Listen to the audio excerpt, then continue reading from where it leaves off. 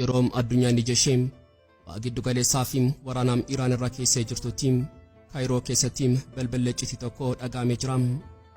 Balbala kana kan balbalee pireezidaantii Ameerikaa Doonaald Tiraamp yoo ta'u, hankaasee ammoo pireezidaantii Masrii Abdul Fattah al-Siisiidha. Garuu mariin isaanii waa'ee nageenyaa qofa miti. Isaan waa'ee dhiigaaf bishaan Itoophiyaa, waa'ee hidha laga Abbayyaa, isaam Itoophiyaanonni lafee fi dhiiga isaaniitiin ijaarratan irratti shira haaraa xaxuufidha.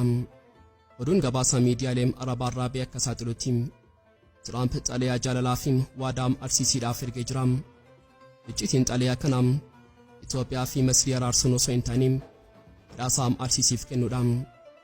Maaliifim sababiin isaa al-Siisiin waraana Gazaafim Israa'el gidduu jiru qabbaneessuu keessatti waan Ameerikaa gargaareefim. Tiraamp ammoo galata kanaaf mata jabeettii Afrikaa yookaan Itoophiyaa dabarsee isaaf kennuuf waada